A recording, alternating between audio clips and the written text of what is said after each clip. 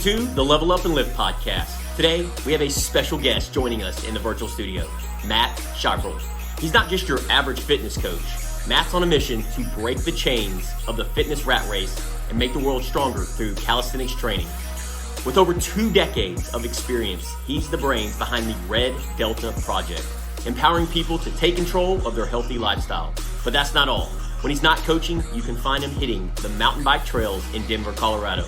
Get ready for some serious inspiration. Without further adu, meet Matt. Matt Schifferle, thank you so much for being on the show today. It's going to be a good one, man. I feel it in my bones. As I was doing my due diligence and just looking at your socials, what I love about what you're doing is you. Like, you are like a bigger than life person, and not only that, but as I've listened to your podcast, what we've seen your Instagram stuff, your YouTube, I just suddenly kind of realized, like, he is giving everything away. Like, he is just serving everybody with all the information that anyone could ever need in detail. The blueprint, you're just giving it. And that is just the sign of just a high quality person that wants to impact people. And that's really what I got, is like just your titles and all your topics and all your thumbnails.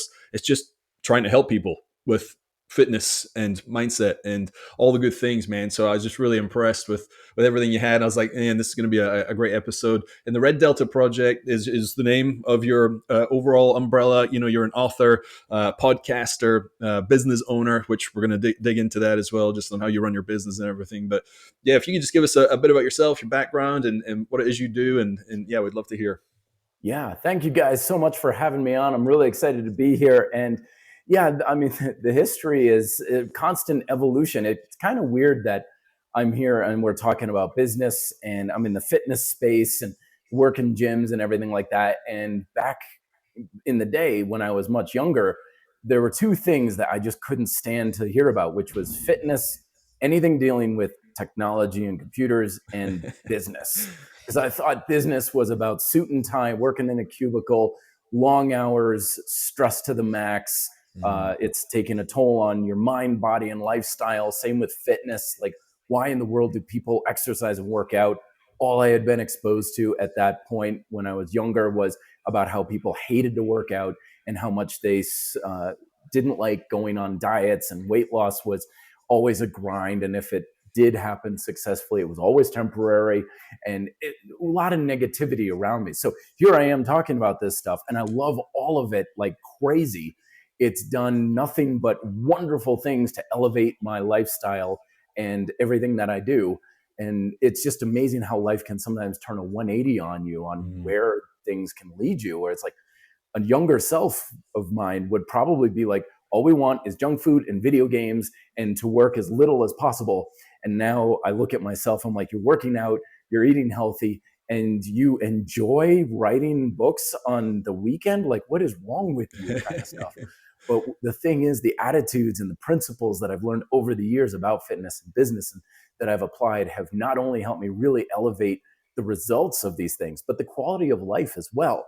Because what I've learned many times the hard way is that this only works if it also improves your quality of life, your diet, your workout, your business, all these sorts of things. These things are supposed to support your health in mind, body, and lifestyle. And when they're compromising those things chronically, I mean, sure, sometimes I'll lose some sleep, or sometimes I'm tired and exhausted from a long bike ride. But when those things are compromising your health in those areas, the end is not too far gone, because you cannot sustain and live well in those conditions, even though you're grinding away and you're doing the hustle and everything like that. This whole fitness business thing, this only gets easier, or only works if it gets easier and it supports a higher quality of life for you. And that's what I've learned over the years, kind of the hard way again, but applying these things and finding ways of getting in shape and being kind of a solopreneur and stuff over the years has only helped me to grow and improve over time. Man, I love that. So Matt, a lot of our listeners, they're, like I said before the podcast, they're intrapreneurs, entrepreneurs, and myself included. Back when I started my first business in 2015, which was almost 9 years ago, I'm 37 now. And up until about 2 years ago, I had my head down, man. I was building, I was trying to create a following, I was trying to create a business, cash flow, marketing, advertising. The last thing that was on my mind was focusing on what was going in my mouth, right, as far as food. And I had the training down, but I just and you probably know this, you can sit here and train 10, 15, 20 hours a week, but you cannot outwork a bad diet, right? And so a lot of the individuals that are in our community that follow us and Level Up and Live is they struggle with finding something that they can do on a daily basis, exercising, working out. There's all kind of hybrid training. But if I'm being transparent, when I saw your bio that you did calisthenics, I had to look it up. I don't know what calisthenics are. And I even told my wife at dinner, I'm like, man, I'm super excited because we have our guest in the virtual studio, Matt, and he's going to be diving deep on calisthenics. So I think this could be huge, man, for the individuals that are listening to this, because what I have learned is that the people in our community, they struggle with finding time to go to the gym. They struggle with finding time to do the exercises. When they know they need to do it, they have the blueprint, but they're not doing it. Can you tell us a little bit about calisthenics and what that looks like? Because we both know you have to be able to enjoy it, right? If you don't like doing push-ups, if you don't like going and doing bench press, squats, a lot of times if you don't make it fun or you don't know what you're doing, it's not going to be sustainable. You're not going to continue to do it. But maybe, just maybe, calisthenics could be right up their alley. Tell us a little bit about calisthenics and what that looks like. Yeah, calisthenics. I mean, it's technically calisthenics. You ask 20 people what calisthenics is, you're going to get 20 different answers. And back in the day when I started it, if you asked most people, they'd be like, well, that's jumping jacks and crunches and maybe some push-ups and stuff. Now, if you went on the internet and you're like, show me calisthenics, you'd see guys doing backflips off of pull-up bars and all these fancy circus tricks and everything. And that's all still calisthenics. Yoga is calisthenics, hiking, anything that's get your body moving through space to challenge your ability to use your body is technically some version of a calisthenic. And one of the great things about it, since it's so broad, it can also go so deep. I mean, I've been learning how to do push-ups for 15 years, and I'm still at the point of like, oh, that's how these work. Okay, now I'm starting to get a hang on this. Wow. And basically, calisthenics is whatever you want it to be. You can take it and mold it, shape it, modify it, change it for whatever objective you want to achieve, to fit whatever lifestyle constraints you may have and whatever preferences that you are bringing to the table. So if you're like me and you're coming to the table saying like, I was a power lifter or bodybuilder kind of thing, like I crave a good pump and I want to build muscle and I want to really, really challenge my strength, like, yeah, we can do that. Or if you came to me and you said, but I want to just move easier and feel light and athletic and powerful and get rid of the sore lower back and stuff, yeah, we can do that too. Or even if you came to me and saying, I just want to not be in pain and to look halfway decent naked, like, yep, that's certainly doable as well. And that's one of the great things about calisthenics is it can be molded so many different ways. And the methods that I use are a little bit more along the lines of get strong, perform well, and look good naked. That's what I've kind of morphed my methods towards, kind of like a bodyweight bodybuilding, if you will. But that's just a small percentage of what calisthenics can be. But one of the advantages, going back to what you were saying about folks coming to the environment and they're like, I don't have time, I don't have energy, I don't have this and that, it's potentially extremely efficient. I mean, I've had people walk into the gym who are clients of mine, literally 50 minutes late, not 15, 50 minutes late for a session. They were supposed to be there at noon. They walk in at 10:01 and they're like, okay, yeah, I know I'm here, but we'll have to just reschedule. I'm like, what are you talking about? I'm like, well, it's so late. We got 10 minutes. I'm like, get in the gym. 10 minutes, more than enough time to make something happen. And they'd kind of like, oh, be gentle. It's like, I can make a workout effective with, give me any amount of time. Give me 90 seconds. I can make something happen. And that's because when you're dealing with calisthenics, you have so much less equipment to set up. You have so much more adaptability. and you have the ability to turn it into whatever you want. So it takes relatively little time and energy to get an efficient and effective workout in to some degree. So even if you're saying, I don't have time, I don't have the energy and stuff, it's like, give me whatever you've got. As a coach, as a fitness coach, my job is to take whatever you've got and make it work somehow. I had a client this morning walk in and she's like, my birthday was this weekend. I was like, yeah. And she's like, I am so beat up. I am just tired, exhausted, hungover. I don't even remember half the weekend. I'm like, so where are we at with energy? And she's like, on a scale of 1 to 10, I'm at like a 2. I'm like, not a problem. We can work with that. Whatever you have, it's my job to make it work somehow. And we did. By the end of the workout, she's like, that was a pretty actually damn good workout. And I feel really good. I'm like, that's my job. I'm going to make it work with whatever you have. And with calisthenics, it's so adaptable. Man, they really listen to if everything you just said right there about that one person is how most people are, right? They're not feeling it. They don't feel like doing it. And which means if they're feeling it, they can't. It's like ironclad. Like there's this unspoken rule. I'm not feeling it, so there's no way I can work out. Mm-hmm. Over and over again, around about 4, 5 o'clock in the afternoon, I'll start to get tired through the day. I've worked out in the morning. I'll come home and my son's like, hey, let's go throw the ball. Let's go play in the backyard. I'm like, man, I'm feeling tired, but I'll drag myself out there. Within 3-4 minutes, we're throwing that ball. I'm running around. He's running around. We're laughing. I have tons of energy because I got moving all of a sudden. So was it true that I was tired? Was it true that I couldn't do it? No, it's just a story. And I think most people have it in their mind. They come in and they're dreading like this grueling workout. Like they think it's going to be some kind of punishment. And yet once they get going, just like your client said, she was just like, I feel great. So it's this story. It's all mental in my mind. People not working out. It's mental.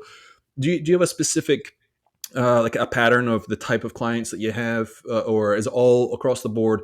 And a follow-up question. I work with a lot of folks who are at one end of, or at the other end of the spectrum in their fitness career. I've got a lot of individuals who are starting off and they're like, I don't know where to go. I don't know what I'm doing. I need some direction to get going. And everyone else is kind of on the other end of the spectrum where they're like, I've been doing this 10, 20, 30 years. And like, I'm beat up. I'm burned out. I'm exhausted. I'm at the end of my rope. I want to quit the whole thing. I'm turning to you as a last resort of how can I keep going? But I can't keep this up. I can't keep up the diets and the grueling workouts and the blood, sweat, and tears and everything like that. It's like I'm listening to the podcasts and the ways to, rah, get me up in the morning and stuff. But I just can't keep this up. So it's both ends of that spectrum, typically. The individuals in the middle is like, yep, I've got everything down and I'm pretty good with everything. It's like, yeah, my stuff is probably not for you.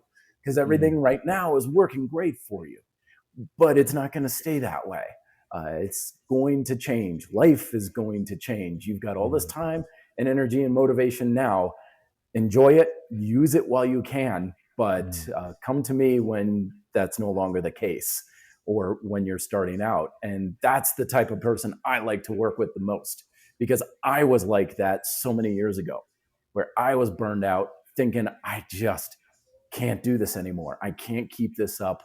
I am trying to be, quote, disciplined. I'm trying to make myself do it. And the more I did that, the more I kept driving myself into the ground. And again, it was compromising my health. It was compromising my attitude and my emotional health. And it was compromising my quality of life. And when that's a downward spiral, there's nothing going to save you at that point. It's just a matter of time before you end up crashing or quitting. How did you get yourself out of that? As a follow-up question, because you faced that. How do people? I was going to ask as well, just a follow-up question. Like, so your clients, like, when do you see that turning in their minds? Is there a moment? What is the moment in your experience? Because you've had hundreds, thousands of clients. Like, who are the ones that succeed? Like, what is it that keeps them going, as opposed to the ones that they just end up quitting and leaving? Yeah. So the biggest thing, and it takes a bit of a mindset shift. Kind of away from the hustle culture that is so embedded into our fitness culture, if you will. Because fitness and exercise is a very cultural phenomenon. When I was in college, I studied abroad in Japan, and it was one heck of a culture shock, not how they ate or lived or went to school and stuff. It was a culture shock of, how do you guys eat healthy? What do you mean you don't do this kind of exercise and stuff? Fitness, as we perceive it, is a very cultural thing. And one of the ways that we do that here in the West is hustle culture kind of stuff. Just work your tail off. That the harder you work, the further you go, and that you get out what you put in, and all these sorts of things. And what started to actually shift it around for me was, instead of asking either how hard can I work, or a lot of times when people are like, so what's effective? Like, what's the most effective diet? What's the most effective way to build muscle and stuff? I stopped paying attention to a lot of that stuff. And instead of asking what was effective, I instead started asking, well, what is necessary? What is absolutely, if I want to lose weight, if I want to build muscle, if I want to have a faster sidekick, whatever, what is the necessary elements that I have to have in order to make that happen? And over the years, in investigating this, I was like, well, if you've got one person over here saying it's this type of exercise and this person saying it's that type of exercise, and they're both strong and jacked, well, then it can't be the exercise. Because fundamentally, like, if I get a cut, I'm going to heal for the same reason you guys are. Our bodies are going to work the same way on the most basic level. If you open a physiology textbook or exercise science, it doesn't say neuromuscular adaptation to resistance training for some people some of the time. It says, this is what happens when you strength train, period. This is how the body adapts, period, regardless of other variables. So when I started asking what is necessary, I got really down, kind of like mining down into the essence, the core root of what makes fitness work. And when you get really clear on that, you suddenly realize, oh, that's all there is to it. Oh, that's hardly anything. And then what you can do is like, well, if all I need to do is X, well, what's the easiest, most effective, or best way for me to do that? And naturally, you come up with solutions. And this is one of the things that I have a lot of faith in human creativity and ingenuity. If I gave you a challenge and I said, you've got to figure out a way to create $500 extra of income by the end of the month, just give me like $500 extra, not from your job or regular income, you'd find it somehow. You'd be able to find ways to save money. You'd sell something. You'd be like, oh, right, my uncle owes me $100 or whatever. You would figure it out quite quickly, because that's what we human beings are really good at doing, is figuring things out. But in our fitness culture, we're often encouraged to follow, not to figure, not to solve our own problems. So when we don't know what is necessary and we're encouraged to follow things, then our goal is to just work and hustle our way there, which is just work yourself to the ground and cross your fingers, hope to it just ends up well in the end. But when you understand that essential nature, and then you apply a little ingenuity of what's the easiest and most enjoyable way for me to do that, you get much, much, much further, a heck of a lot easier, because you're doing things your way, and you get the ability to adjust and adapt to your circumstances. So with my client this morning, she's like, I got no energy. I've got nothing. I'm like, not a problem. I know exactly what we're trying to accomplish in the workout. All we got to do is use the energy you've got to still accomplish that same necessary objective. And we did, and it was fantastic. Because I wasn't going off of a game plan of, well, we got to work you as hard as we possibly can, or we got to stick to the plan or anything. It's like, nope, I know exactly what is essential for this to work. I know the objective we're going after. We're going to go after it. We're going to change our programming to work in alignment with your circumstances. And it's much easier. And she felt better and had better technique and proficiency at the end of it, which was our goal. I love that. That's awesome. Brilliant. So when I'm hearing you talk, when I think of a lot of individuals that are listening to this, that have come to me over the years, that have struggled with like showing up, we've talked about that before the podcast today. Just like you said, just keep showing up, right? And we're big. We teach that. We preach that. And for somebody that, okay, cool. So I just need to show up. and put one foot in front of the other, and then they pick their head up in 30 days, because we all know how that goes with New Year's resolutions, right? January 1st, then February rolls around. It's like, okay, they stop going, they procrastinate, life hits them. The individuals that reach out to you, Matt, do you notice a trend? Do you notice, like, what is the separator between the people that don't reach out, that you know in your life personally and professionally over the years from your experience, people that don't reach out, that don't have that sustainability, where, and then versus the people that do reach out to you as a coach, as a trainer, to have that one-on-one accountability? And we preach that all the time. How important would you say accountability is for somebody that struggles with that sustainability 30, 60, 90, 120 days, right? Because when you shared the lady's story, when she showed up, I'm a 2. In my mind, I'm like, that's impressive. She's already 80% there because she's already there. Then she was transparent and said, I'm at a 2. Well, I know a lot of people listening to this, and myself included, there's some days where I get up and I'm a 2, right? Yep. But I have the discipline, I have the game plan, I have the forward thinking, backwards planning, where I show up, and Ewan's my accountability partner. If I know he's going to be there, I'm going to be there. So I'm curious with you, what would be like 1 to 2 tips you would tell somebody that struggles with that accountability? They know, they're trying to go the free route. They're trying to do it the DIY, but we both know that accountability partner, man, paying that coach, paying that mentor is a game changer. Yeah. Although I've certainly had plenty of clients who don't care that they're paying me. I've had many people who are like, yep, I know I lost the session. Yep, I know I'm still paying. Yep, I know. One guy maybe a little over a year ago, literally bought like 30 sessions and he used 3 of them. And every single one, it was just like, I know, I'm losing it. Bye. And he just didn't care. And the fact of the matter is that, yes, accountability from a workout partner and a coach and stuff is fantastic. It's human nature to want to try to level up on someone else's level. If someone else is asking more from you, you're going to want to level up to their position. Sure. It's just human nature.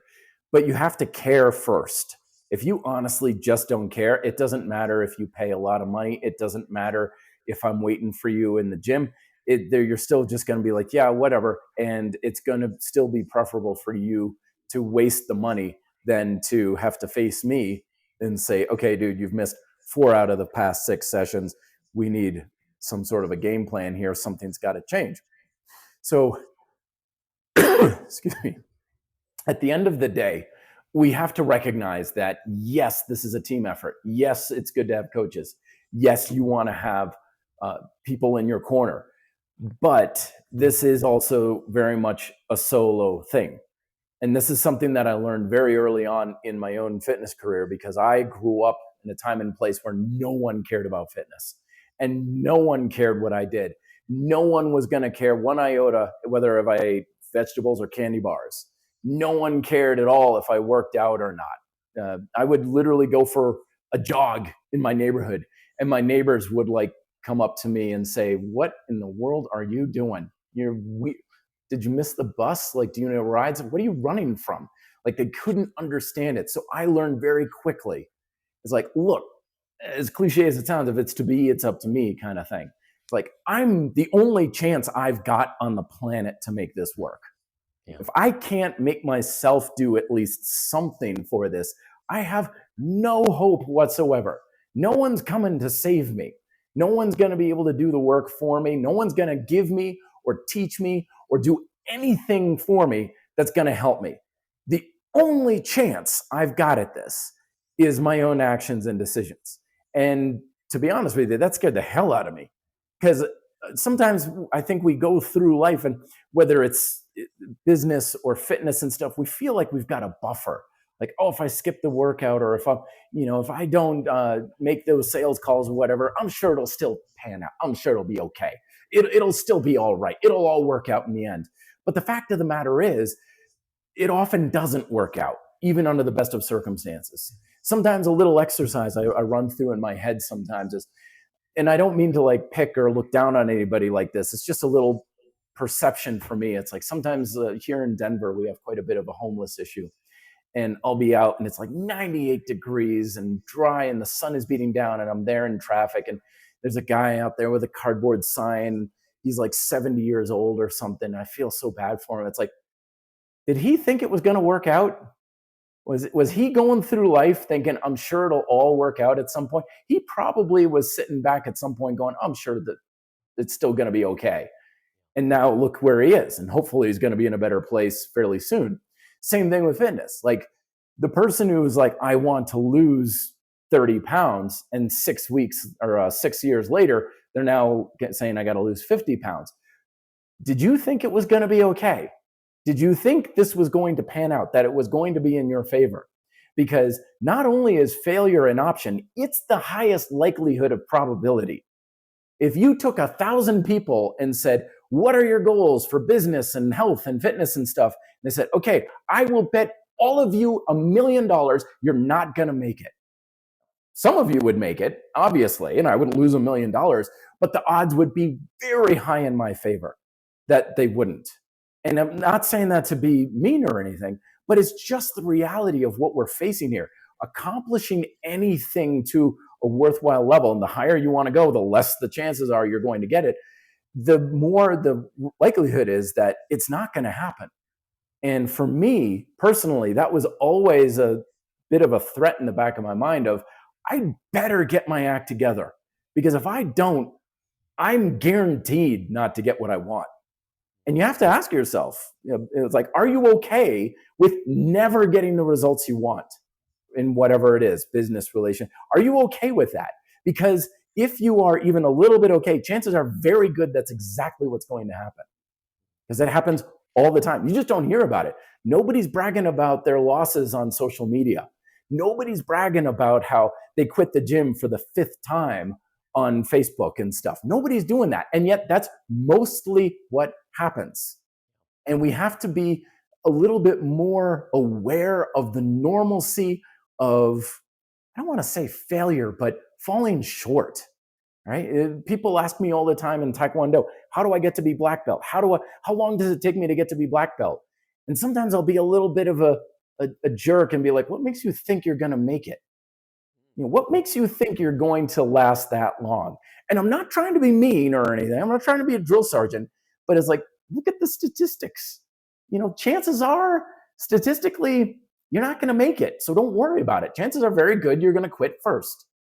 And getting real on that, if anything, kind of lights the fire. It'd be like, oh my goodness, like I didn't even consider that. People ask me all the time, how long will it take me to do a pistol squat? How long will it take me to do a pull-up? How long will it take me to do a muscle up? What makes you think it's going to ever happen at all? Because you have to recognize that there's a very good chance it will never happen. And knowing that actually, ironically enough, greatly spins the chances much more in your favor that it will. It's like, oh gosh, what is the statistic? Like how many businesses don't even last 1 year, right? How many businesses go belly up within 5 years or something like that? I've been doing Red Delta Project for over 15 years. Statistically, I'm in the top 15% of whatever of business. So you must be really rich and private island and everything. Like, no, I've just lasted this long. Just that alone means I'm in the top 20% or whatever. Just lasting that long. And we need to get reframed about what it means to be successful in fitness and business to a large degree, because we think that the top 1% of 1% of 1% we see on social media is a thing that is normal for success. And reality is that maybe you can get there, but hey, if you've got any semblance of abdominals, if you're still going to the gym after 6 months, if you're saying, I feel like I'm getting stronger at this exercise, you're already winning far beyond expectations. Way beyond expectations. So let that light your fire to be like, well, if this little bit gets me this far, imagine what a little bit more will do. And then you can just fire up more and more and more and more, because the barrier to complete failure is so low that it takes very little, relatively speaking, to just keep going and make success at least much more likely. So when it comes to fitness, when it comes to business and stuff, I'm always looking at what's the least amount that I need to do to just keep going, to keep the ball rolling, to keep me in the game, to keep scoring points. And when you get really honest with that, it's like, oh my gosh, it takes relatively little effort to do that in certain circumstances, right? It's like, it does not take a whole lot. There was, when I was starting Red Delta projects, like post one YouTube video once a month for 5 minutes. I'm like, that's all it's got to take. Yep, that keeps you going. I'm like, well, that's easy enough. And so that's why we look at that low barrier of fitness, like with calisthenics, set of push-ups, set of pull-ups or rows, give me a set of lunges. Good. 30 seconds each, 90 seconds. There's your workout done for today. Go and hit the showers or whatever. I know it doesn't seem like much, and most people discredit that. Most people will look at this advice and say, it's not worth doing. It's too little, it's too small, it's too minimalist. It can't work, but it does work because it's small and minimalist, and it keeps you going. And if you're spitting gold right here, man. This is, we were talking about silver bullets earlier, and it's not sexy, it's boring. But it's consistent, and success is boring. And what you're saying, and human beings are not good with boring. Like, it's the worst. In fact, I think we have more information than ever. We have more diets. We have more workout plans than could ever possibly have. We're more connected. And yet I think it's as bad as it's ever been. If you look at the statistics on pre-diabetics and diabetics and heart disease, it's worse than ever. I honestly believe it's because we don't like boring. It's cell phones, man. I really think there's so much distraction. It's so easy to there was a blip, I'm just going to look for a quick second. You look down and 30 minutes is gone. We've all done it. And then if you're not resilient enough, if you don't have any kind of habits of doing everything you've talked about, you're dead in the water. I mean, because it is just so easy, so comfortable to just scroll and look through the phone. So what tips, or what would you say tactically? How could someone that's not good with boring, or they're not good at just doing the 30 seconds? What do they need to hear, to just take that 30 seconds? What takes that moment of can't do it to I'm gonna do it? Well, you're right, because you were mentioning that it's like, what am I missing? I think there's something in the back of our minds sometimes when we see someone on social media, or even sometimes at the gym, they've got this amazing physique, or they've had this amazing transformation, they got this amazing business. And then you look at your situation and you're like, what am I missing? There's got to be something there. And that's when we get very susceptible to all of the snake oil salesmen. Because you don't have the correct heart rate zone variability and all the fitness trackers and all this latest science gear. And no. You know what's missing? Consistent action. 90% of the time, that's it. Whenever someone comes to me and they're like, I can't make progress in the diet or this or that or whatever, I always look for where is the instability, which is another word for saying, where's the inconsistency?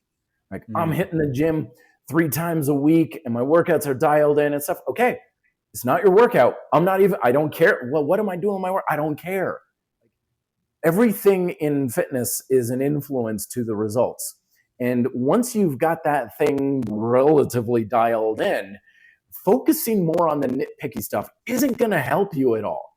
Okay? If you come to me and you're like, I'm hitting the workouts in my fairly balanced program, you're hitting it. Okay, good. Okay. All right. Not workout. What else we got? Where is the inconsistency? But I'm sure that don't I need the correct rest periods in my workouts? What about an upper lower body split? You're rearranging deck chairs here. You're looking at different ways of just fulfilling the same thing. You're already 90% there with working out. I don't care what you're doing in your workout now. You've got that box checked. How's your sleep these days? It's I'm just there we go. A lot of times it's the thing that we're neglecting. In this space especially, there are typically individuals, they get so focused on their workout and they're getting every little thing. They're trying to Da Vinci code every set and rep. But then you ask them about their diet and they're like, I don't know, I forgot to eat today. There we go. But then some people are like that with diet.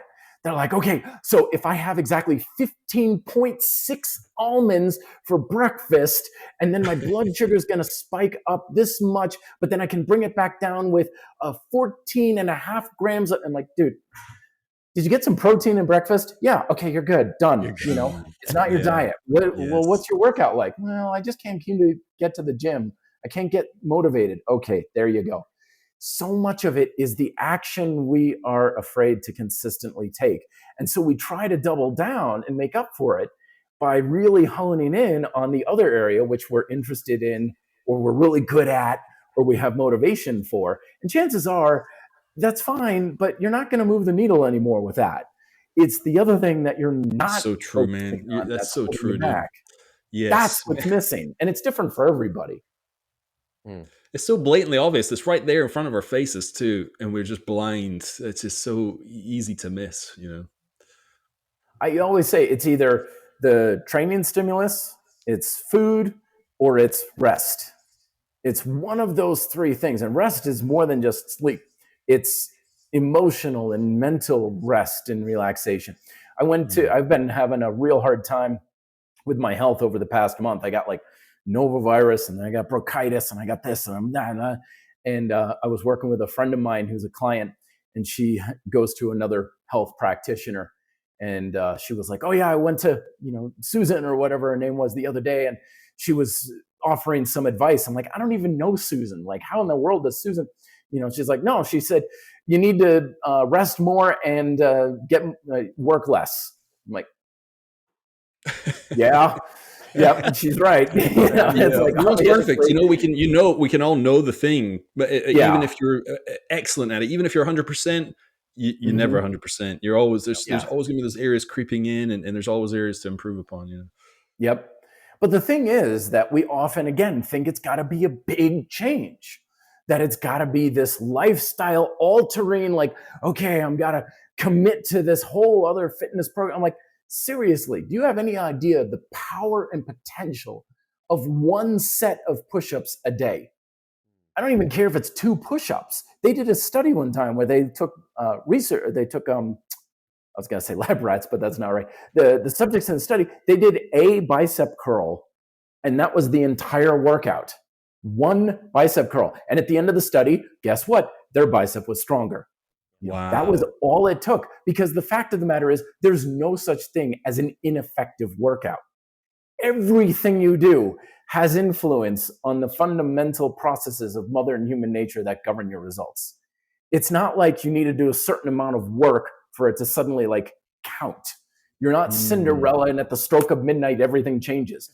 Okay. Everything you do, climb the stairs. I know everybody's like, take the stairs instead of the elevator. Yeah, but when you've got that happening 5 times a day, that really does something. It really, really does. 1 set of push-ups, or waking up in the morning going like, okay, I never have breakfast or whatever. I'm just going to have a protein bar that I grab at Starbucks or whatever.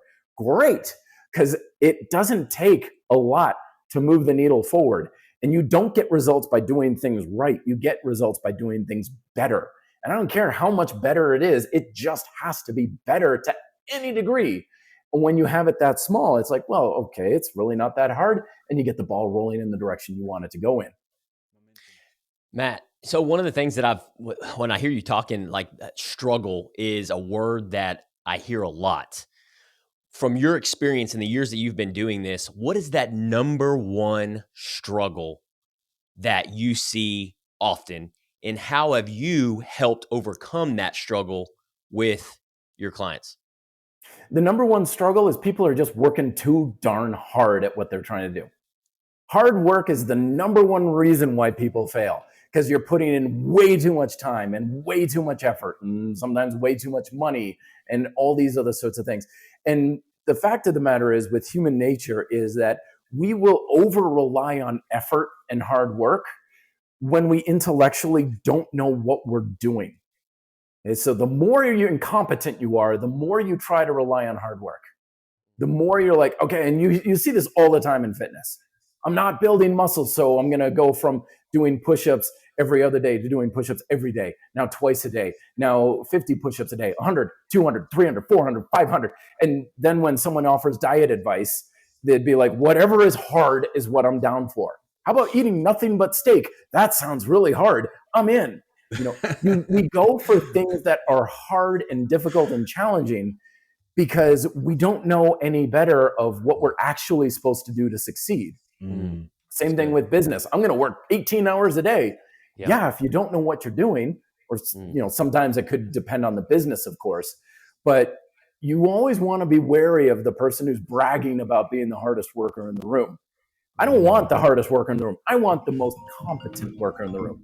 I want the guy who's, quote, lazy, right? The guy who's like, dude, I can do that in 20 minutes. Why are you bragging about staying up until 3 a.m.? I can get it done in no time at all. I love to brag about how little I work when it comes to my fitness, how little effort it takes. It takes me nothing. I eat whatever the hell I want. My workouts are usually no more than 20 minutes, if that. I'll do more if I feel like it. But I love to brag about how little effort, how lazy I am and stuff. And it's not because I'm trying to put in less work. It's because I know what I'm doing. I know exactly what I'm trying to accomplish in the workout. And when you know what you need to do to move the ball, then you only do as much work as necessary. And sometimes that might be an 18-hour day. But at the same time, if you have an objective and you're like, okay, get this done wherever you can, like 40 minutes, no problem.